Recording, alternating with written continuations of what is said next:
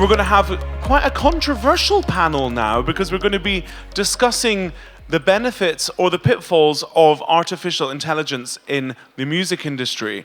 And for this, we've got a very well-esteemed panel. We have Dr. Ann Kristin Glenster, Rachael Drury, Sebastian Cuttill, Vick Bain, and Arhynn Descy. So please put your hands together for the AI panel, The Rise of AI, Friend or Foe? Okay, so let's start with the introductions. To my left here, we have Dr. Ann Kristin Glenster, legal scholar specializing in AI. Then Rachael Drury, the ISM senior researcher and lecturer at the University of Liverpool. Then Arhynn Descy, who is a music composer. And then last but not least, Sebastian Cuttill, a parliamentary and campaigns manager at the NMA. But I'm going to let everybody introduce themselves in a bit more detail, and they can give you a bit of background about why, what their roles are in the music industry and why they are here. So over to you, Ann Kristin. Thank you. So I have no role in the music industry. I think I can start there. I'm Ann Kristin Glenster. I'm the executive director of the Glenn Leeds Center, which is independent research consortium. I am a technology and human rights fellow at the Carr Center for Human Rights Policy at the Harvard Kennedy School for Government. I am, as of next week, the deputy director of the Minderoo Center for Technology and Democracy at the University of Cambridge, where I'm also an affiliate at the Center for Intellectual Property and Information Law, and I also got my PhD in law at Cambridge. I am here because I was the lead author of a report we published with the Minderoo Center last year and the Bennett Institute for Public Policy on today's topic, AI and copyright. And I also have a past career of working 20 years in film finance. So that's my practical hat that I come with today.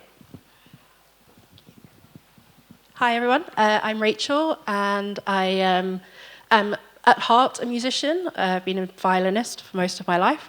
But I am also, I've just completed my doctorate in this very topic. My doctorate was looking at generative AI, and its impact on copyright law, music industry, and music creators. So this is a very specialist topic for me, and one that I'm very passionate about and very excited to talk about today with everybody. I also have been working with the ISM on their external affairs team, working specifically on copyright, AI and copyright, and the ISM's response to the consultation, for example. So it's lovely to be here. Thank you very much. I got my own one. Hi, I'm Arhynn. I'm a film composer. Started life out as a pianist and piano teacher for many, many years, and then went to the dark side and started writing music. I'm also an educator. I tutor for think-based education, masters in composition.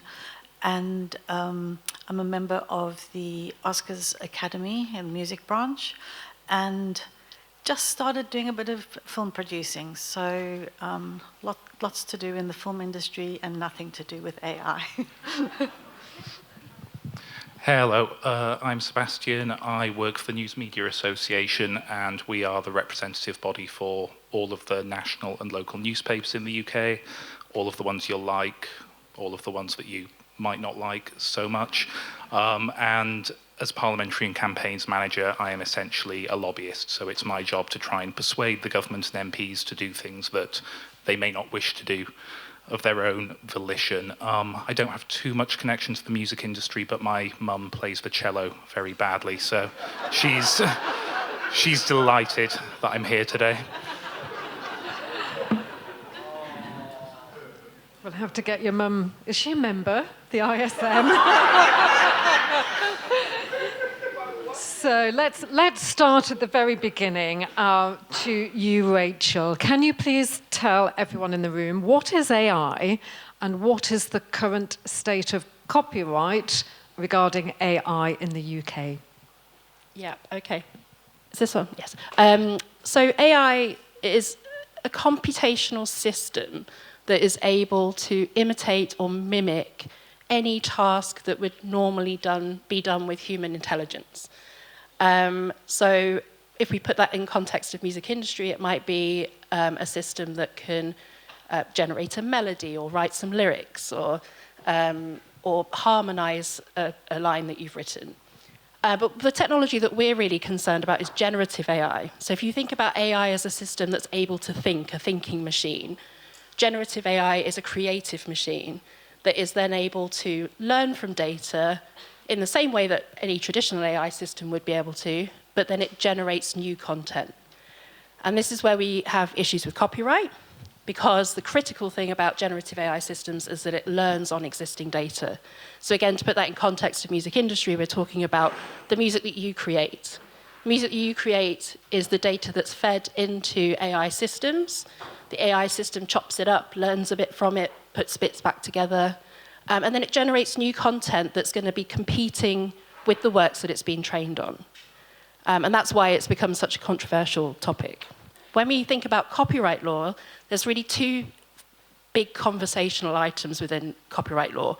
The first being whether the output of an AI system is copyrightable, and how copyright protects you as creators if an AI is going to use your music to train on. The current state of affairs at the moment is that in the UK, if we think about the output first, there are provisions in the Copyright Act that potentially could protect AI-generated works. There is a computer-generated works clause in the Copyright Act which does protect works that are not created by a human if there's no human author. But there are questions over whether that would apply to AI currently, because it's quite an old law and not necessarily applicable to new technologies. The more serious one is how your work is protected. And copyright is a permissible framework. You know, when you create a piece of music that you own that piece of music, you own the rights to it, you own the right to copy that work, and you own the right to prevent other people from copying it. So as the law currently stands, in theory, an AI company would have to pay you a license fee and ask your permission to use that work. We know that they're probably not asking your permission or paying you currently. And the big conversation at the moment, as many of you will be aware with the consultation that the government has recently been dealing with, that the government are trying to pass a copyright exception, which means that AI companies would be able to use your work without asking your permission. It's called option 3 in the consultation document, which if you want to go and have a read if you haven't already, that's where you'll be able to find that information. It's a text and data mining exception for commercial purposes. And that's really what we've been sort of campaigning against as an industry, because we firmly believe that copyright is there to protect your work, and you should be asked permission and paid a license fee for the use of that work, particularly when it's going to be competing with you in the music market. Thank you very much. So, to you, Sebastian, following on from that then, what is the current position of this government and also the US tech companies, and in general terms, the view of CRAIC members, that's C-R-A-I-C, regarding the government's proposals on AI as set out in the consultation? But if you can explain to us what CRAIC and the Make It Fair campaign is as well. Sure. So I think starting with the position of US big tech firms, they want a full exception even further than the government's position, which is effectively a free-for-all. They can just take what they want without any payment, no opportunity for a creator to opt out. And the reason that they want that is because it would be dreadfully convenient if, as a business, you didn't have to pay for the raw materials that go into anything that you make, and you can apply that to any business. Obviously, most businesses don't have such insane monopolistic market power that they can attempt to bully businesses and governments into that situation, but they are so powerful that they've seen an opportunity not to have to pay for a what would be quite an expensive raw material, and they're trying to push that view forward. As has been referenced, the government haven't gone quite that far.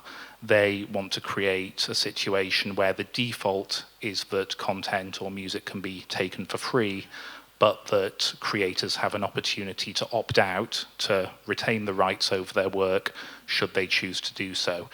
And not to say something heretical to this audience, but as a concept, that perhaps wouldn't be the worst thing in the world if it worked.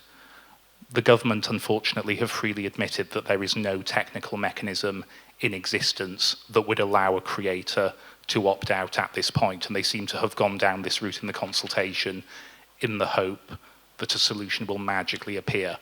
It may just be me, but I would personally choose not to propose policies for which there is no solution in existence, but I'm probably not innovative enough for Peter Kyle. The position of creators is that we would like existing copyright law to be enforced, and the best mechanism to do that, as we see it in general, is transparency over the data inputs to AI models, because if an AI firm has to disclose the materials within its model, it's incredibly simple and easy to prove copyright theft, and the legal risk of infringing another person's work would simply be too great for that AI firm to proceed down that road. Now, the government is incredibly desperate to attract investment from US tech firms into data centers. They're also very, very concerned about the potential for the most cutting, thrusting AI models not to be made available in the UK if we enforce our copyright law. The problem is that, you know, I love Dua Lipa, but her music is not going to be integral in an AI model that helps find a cure for cancer or helps stop floods or does all of the things that these companies are claiming that it will. There is generative AI, which uses creative content, and then there is a whole plethora of other AI systems which have not the slightest need for your work or the work of the members that I represent. However, the government don't seem to have made that distinction. That's created something of an impasse in the position of the government, the tech firms, and ourselves in the creative industry. So we have banded together under the banner of the Creative Rights in AI Coalition, which has the fantastic acronym of CRAIC. And it really is a superb achievement on the part of the government that they have managed to unite the creative industries, which can sometimes, I'm told, disagree. And as an extension of that coalition, national newspapers on the final day of the government's consulting period published the same front page across every national and local newspaper under the slogan of "Make it fair," because if there's one way that you can get a politician's attention, it's negative press coverage. And so I think what's been incredible is that not only have we united against the government's proposals, but we have our own proposal to put forward, and that is enforce copyright with transparency. And there is a bill currently going through Parliament that we've effectively hijacked with amendments to take forward this solution. And whilst there's going to be a lot of work in the month or so ahead as that bill proceeds, there is increasing unity, particularly amongst Labour backbenchers, behind what is frankly a very simple solution. Copyright law already exists. It can work, it does work, just enforce it by showing us the content that AI firms are using. Fantastic. Yep.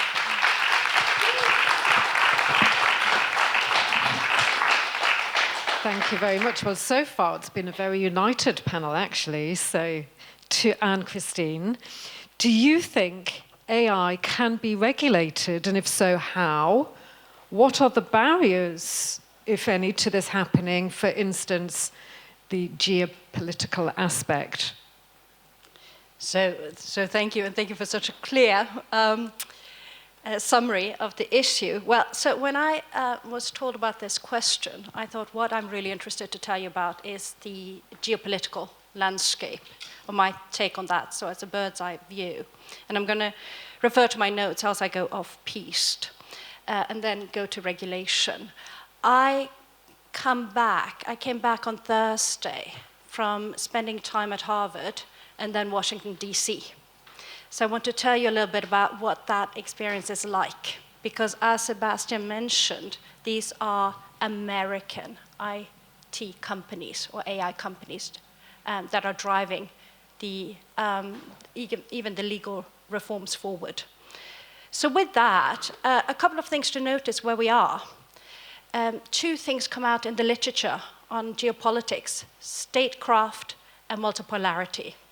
So statecraft is the first thing that everybody notices, which is what the Trump administration is doing. And it means they're mixing economic and foreign security objectives together. So that's one thing to think about. And so the Munich Security Conference was a huge wake-up call when Vance said to the Europeans, basically, you're either with us or against us, or whatever he said. We need to take our security seriously. Out of that, we keep hearing, well, now we don't have common values anymore. We have shared interests, and our relationship with the US is becoming transactional. This is important because that takes me to the next point about the trade wars. The trade wars we know are going on. Importantly, the trade wars is a mean to open up for corruption, because tech companies in the US can now pressure Trump to make concessions to them individually, which means that the law there, the trade regimes are based on his discretion, company by company, not sector by sector. Now this matters when it comes to what's going on here and for this industry among those. So we also saw a watershed moment with the AI summit in Paris earlier, where we went from AI safety to AI security. Again, AI companies don't need to be regulated according to Americans, and that's being pushed through. So when it comes to the relationship the UK will now have with Trump and the US, it means that certain things will be put on the table as part of the negotiations. Online safety, digital wealth tax, IP rights, AI regulation, and these will be compartmentalized and tried to be traded, including this industry. Because also what we see is that the Trump administration and certain IT companies are now conflated, right? There's no separation.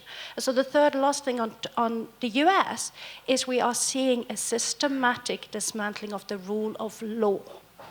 And this is not accidental, meaning that the Trump administration are choosing battles that challenges constitutional law in the US and then choosing to ignore the decisions or the administration, the legal procedures that are there. So that is the US. I'll come back to what that means in 2 seconds. EU. Well, EU started with the text and data mining exception in 2019, I think, of the copyright reform directive thingy. Now trying to update that for this age by including having an opt-out model with transparency. This does not work technically, and we know that, and my dear colleagues will probably know a lot more about that than I do. They're struggling with this. In the EU, they've had 3 reports that have shocked them. The Letter report, the Nistia report, I think that's the Finnish minister's name, and the Draghi report. The Draghi report says that the EU is falling behind in AI, they need to invest more, and they need to coordinate more. And so there's a huge push in the EU to divest from US tech. So we have something called the Eurostech project, we have other things. How do we get tech sovereignty? How to get digital infrastructure that's not US-based? Incredibly hard to do. That also means that the EU now is not so interested in protecting rights because they want to build. They also have Ursula von der Leyen being the president of the Commission, who used to be the defense minister for Germany, thinking against statecraft, this is mixing security. So that's statecraft. Multipolarity, we're seeing that the international organizations are not working. And so when we bring that together with what I just said, that means that organizations like the World Trade Organization or WIPO will no longer be able to enforce international copyright the way they used to. And this matters because we know the Berne Convention, for example, gives us those rights. So for the future, we're in a very difficult position. I agree with Seb. What we need is transparency. We need to enforce what we already have. But we also need a clear industrial policy that's ready to protect these industries as growth industries for the future with the workforce. We need to mapping of the value chain. And we need to clarity about who in government is responsible for this. Is it DCIT? Is it DCMS? And I'm going to stop there. Wow. Well, I certainly learned a lot in those few minutes. Thank you. And it's definitely one of those subjects where we could be speaking for weeks. So this is only a very high-level overview, and there's lots to think about and lots of implications. But to go to Arhynn, I would really like to know, can AI be useful to creatives? And if so, what should they know about keeping themselves safe? So I think I'm here to represent you people on this panel. The short answer to that question is yes, AI can be used by creatives, and I'm going to focus more on the second part of the question, but just examples of ways creatives can use it, and this is probably more composers. They can use it as a warm startup, for example, generating ideas quickly that they can use then to create music from that. It can be used, I know composers are using it, platforms such as Synplant or Live by XLN, to create sounds that are just not creatable in the standard ways, and creating completely unique things. It's possibly less useful to musicians unless you may be a one-man band and you can create material that you can use on stage. So all of these things, yes, you can use them, and I would say if you're excited by it, use it. If you're not excited by it, then go your direction, because your voice, your creativity is what's important. I feel like we're being pushed into, you have to use AI. We don't. We can create in any way we want to create.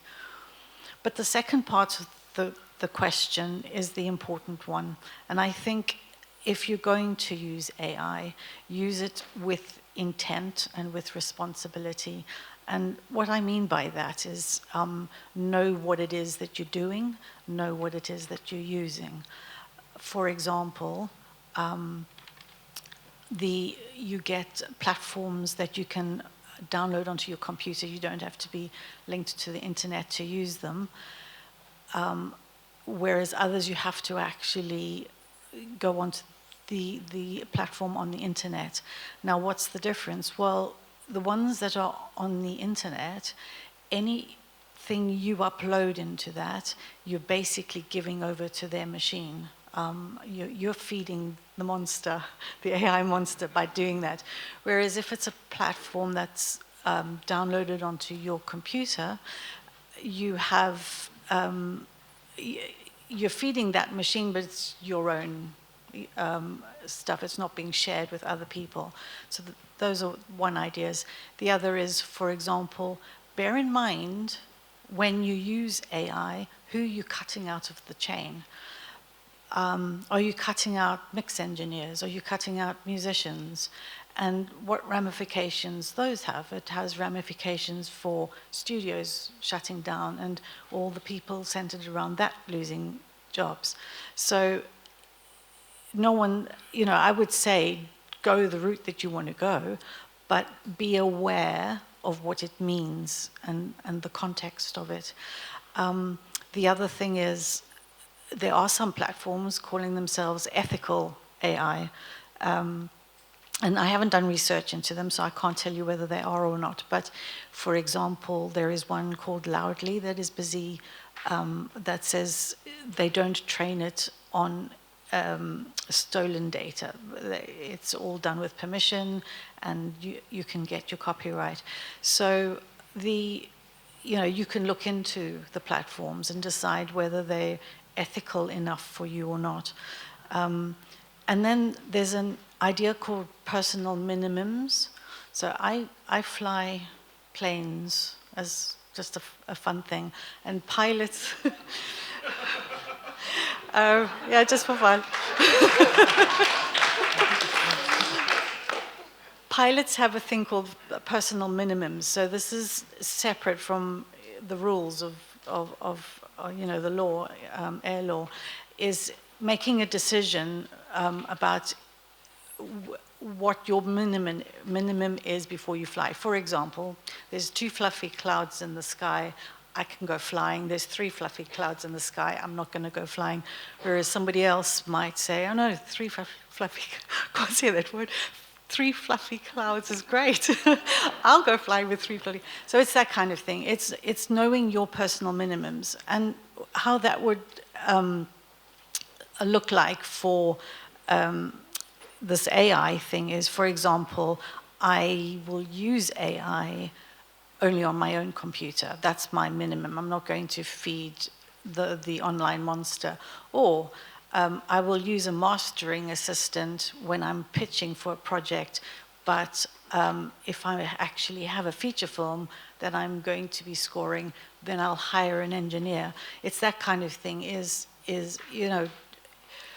one of the jobs that seems to be coming out of AI at the moment is, can you please improve the song that I made on AI? There are composers being asked to improve the AI. So, will you take a job like that? If you have to pay bills, maybe you will. But, maybe you can say, well, if I don't need that job, then maybe I won't do it. Or it's that kind of thing. Having responsibility for your decision and doing it with intent. And then one final thing. Understand copyright law, understand the things that my colleagues here are fighting for, and step up and fight, because we need to. We're letting stuff go.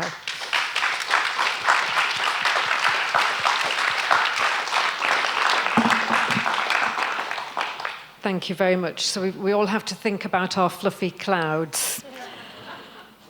So going back to Rachael, so how else might the government's AI opportunities plan impact on the UK, and in relation to other sectors and policies, such as green policies as well? Yes, there are 3 things for me that really stand out in the government's AI Opportunities Action Plan. One, of course, is the text and data mining exception that we've talked about, and I think I probably should have made it a little bit clearer earlier what that exception actually means. So the exception will allow AI companies to train on your work without permission unless you opt out. So we know that copyright is a permissive framework where when you've created a work, it's yours, you own it, people need to ask permission for it. So the government is asking that you take the responsibility upon yourselves to make sure that every copy of every piece of music that you've made includes some kind of machine-readable opt-out that will prevent every single bot crawler or whatever it is from using your work, which is just completely an unworkable thing to do for any creative, but particularly for you as musicians and creators who have multiple versions of hundreds of different songs on multiple platforms. It's just an unworkable thing to ask you to be able to do. So that's the first thing in the action plan that really stands out for music creators. The second thing I thought is really interesting about the action plan is the amount of investment that the government want to pile into AI. Where they're going to find the money to do this, I have no idea. I think there's been promises from big tech companies to invest in data centers and things like this. But from a music industry perspective, they're talking about investing in education. They're talking about pouring money into education institutions to make sure that we have AI talent coming out of higher education. And my question really is, what does that mean for an industry that is already struggling to fund music education? Like, where's that money going to come from? It's got to come from somewhere. And there's a danger that the music industry and other creative arts could be really under pressure in the education system in an education system where we're already seeing music departments being closed down, we're already seeing fewer numbers of students wanting to, being able to engage with GCSE music, A-level music, you know, and there's already an inequality in the ability to learn to play an instrument at school, this kind of thing.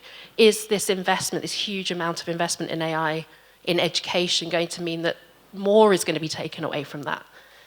And finally, the green impact, the impact on sustainability and energy, climate change, the amount of computational power that's needed to be able to drive this technology and make this technology work and train on the vast amounts of data and everything is just unfathomable. It's an incredible amount of energy in an already unsustainable. You know, we're already having issues. You know, the cost of living crisis, energy high prices for consumers, impact on water usage, that kind of thing. We're already in an incredibly volatile area already without having to then power data centers and AI and machines and computational power needed for all of that. So, you know, the question really is it a sustainable model? Do they, you know, and it's not music industry's responsibility, I should just add that. You know, this is totally on the AI industry to make sure that they're building in sustainable energy models so that it's not going to impact society as a whole from that perspective. So they're the main three things, really. The impact on music creators through text and data mining and copyright exceptions, impact on education, and impact on climate change and energy costs. Thank you very, very much. And really just, it's sort of my last formal question now to open up to the whole of the panel. So what then are the implications of AI for the whole of the creative industries and all of those creators within the creative industries? Who would like to speak to that?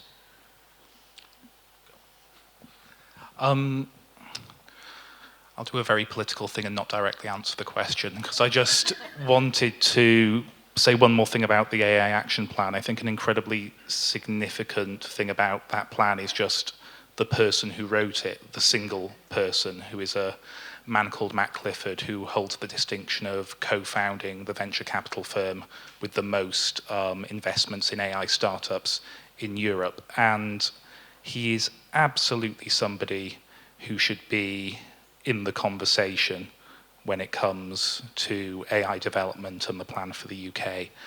But giving somebody with such a direct financial interest complete oversight over a nation's AI plan and then accepting all 50 of his recommendations on the day that the plan was released, it really is indicative of a very, very narrow view that the government are taking of what AI is as a technology and what its aims should be in deploying it. I don't think anything that the government's doing at the moment on AI, including copyright, is irrational if you take into account the people that they've spoken to, but it is very, very dangerous that they have not taken into account the views of everyone sitting here and the creative community. I'd also just pick up on what was mentioned regarding trade deal talks and the influence of the Trump White House, because one of the things that we haven't mentioned so much in the copyright debate is a thing called extraterritoriality, and that is the principle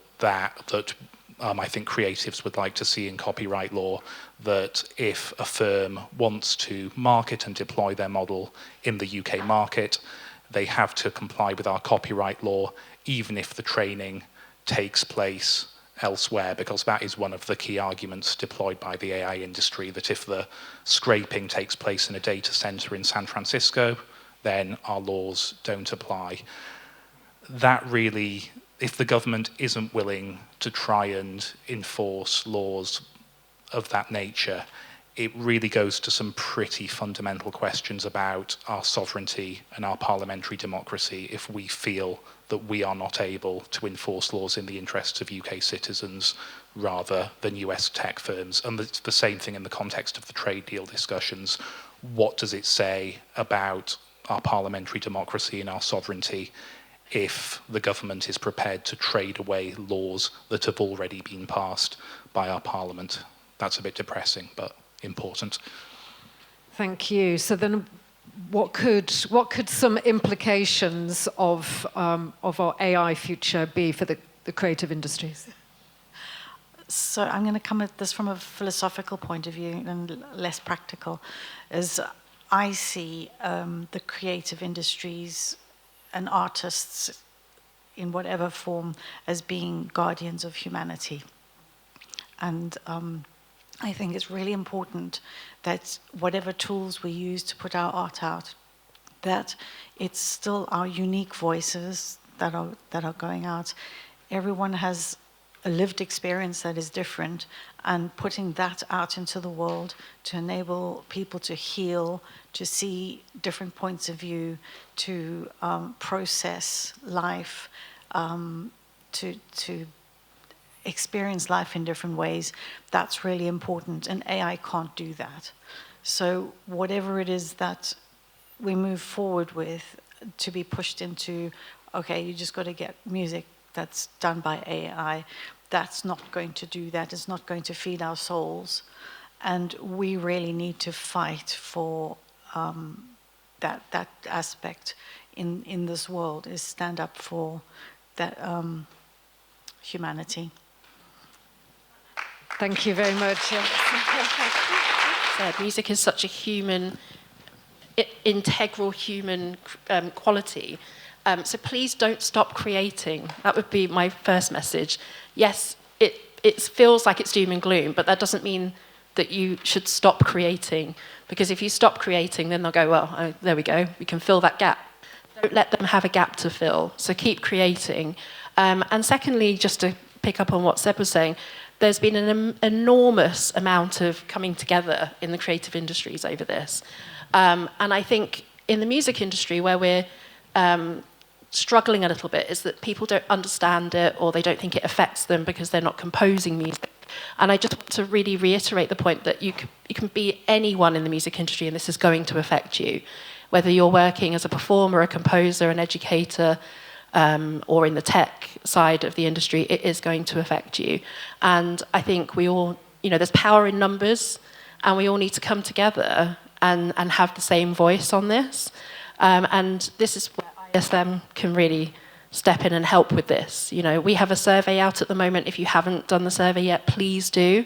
It will take you just a few minutes. If you have a story to tell, please tell us it. If you find you're losing work, or you're uncomfortable about something that's happening in your line of work, please do come and tell us. We want to know your stories, and we want to know, how it's affecting you as creators in the industry. So please do talk to us, do the survey, and let's stand together and have the same voice on this issue.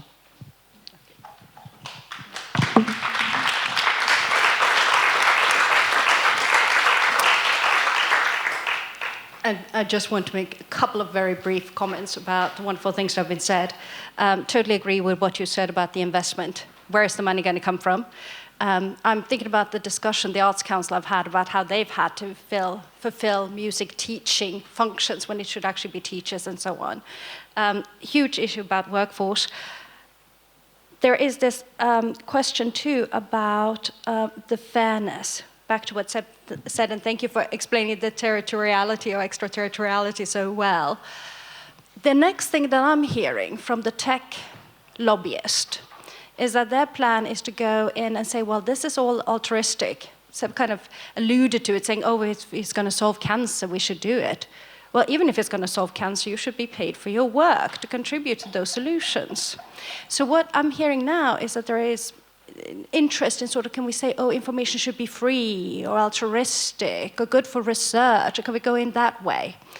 Well, if we do, we're seeing a sort of narrative build that would allow for the data proprietization by stealth, because it goes from one set of rights holders, which are people in this room, into being held in walled gardens by the tech industry, with trade secrecy or other IP rights coming down and taking your data.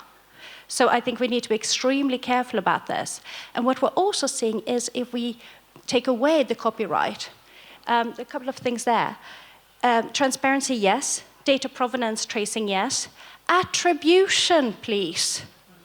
Now, when it comes to attribution, I keep thinking about the origin of trademark law, which was partly about giving the consumer confidence of the origin of the product. And we have something here as well, because this goes to online safety as well. I want to know where my music comes from.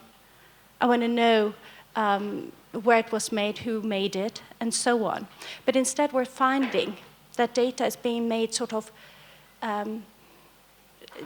devoid from context and therefore manipulatable. And we're seeing that goes into the mis- and disinformation conversation as well. So I am fully for this idea of human creators, transparency, attribution, sovereign laws, a forward-looking industrial policy. Wonderful. Big round of applause. Thank you. Thank you very much. Well, I think that was a fantastic summary, actually. I mean, do we have time for one or two? We've got 5 minutes for some hot questions from the floor. So I've seen one hand over here and one hand over here. So this gentleman, first of all.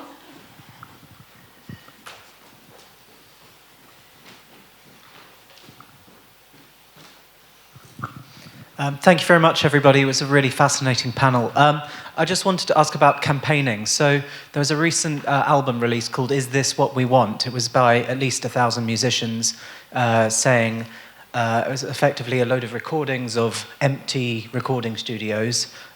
Is this what might happen if this is allowed to go on without regulation? It's basically, my question to the panel is, what sort of campaigns should be most effective in this particular instance for the general public to get involved with?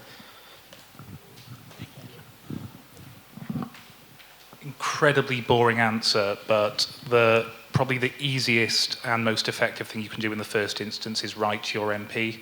The reason being, if MPs get a lot of letters about a single subject, they then go and tell their whips, the government's representatives in the Parliamentary Party, and that gets fed upwards. A letter writing campaign that the coalition I coordinate has had over 30,000 letters sent now, and every time I meet an MP, they say, oh, I'm meeting you because my constituents have written to me about this. So it takes literally 60 seconds, and it does get fed upwards into 10 Downing Street. Rachael, do you want to say a word or two about what the ISM is doing? Yeah, I mean, just keep reading emails, keep engaged on social media. There's things happening all the time. At the moment, it's the survey. We want to hear from you. We want to know how it's affecting you, and that will guide future campaigning. So that's really, really important. So we do really plead with you to engage with that. And we just want to hear how it's affecting you, how it's impacting you, so that we have a better idea of what our voice is and what we need to ask for and what we need to campaign for. Thank you. And we had one final question. Oh, sorry. Yes, absolutely. Really quick. And then we'll come to you. You can say no. Just say no. If somebody asks you to use AI voice in something, say no. Just say no. It's one of the biggest powers you've got is no. Hi, I was just wondering, what future developments do you foresee for AI in the music industry? This could be for any of you. Who would like to answer that? Was that future developments? Yes, future developments. Thank you.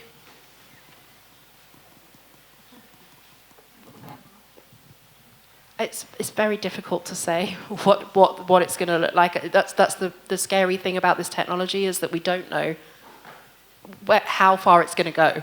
And arguably it's already gone too far, because we've got platforms like Suno and Udio that can generate a song at the touch of a button. My concern for music creators is how this is going to impact revenue streams and jobs moving forward. We know that this is primarily a freelance industry, where you're relying on job coming in after job coming in after job coming in, and you don't have a steady salary. Streaming income is already precarious. So my worry is for particularly entry-level type jobs into the industry, particularly in composition like production and library music. possibly audiovisual music. You might have a better idea of that than me, but you know, it's going to be really tough moving forward, which is why it's so important now to make sure that you know, we put our foot down. Really, it's a concerning time. I don't know if you have anything to add with that. It looks a lot like the direction that some people wanted to go in is that one person makes an entire film doing everything with AI and putting that out into the world. So that could be a direction that it goes on the negative side. On a positive side, it could, because there's money draining out of, for example, the film industry. So being able to make projects more quickly using AI systems to increase the speed of a workflow might actually enable more projects to be made. So that is a positive thing. And I know, for example, the director James Cameron has been speaking about using AI for that reason, to get films made more quickly, but using people for the creative part of it.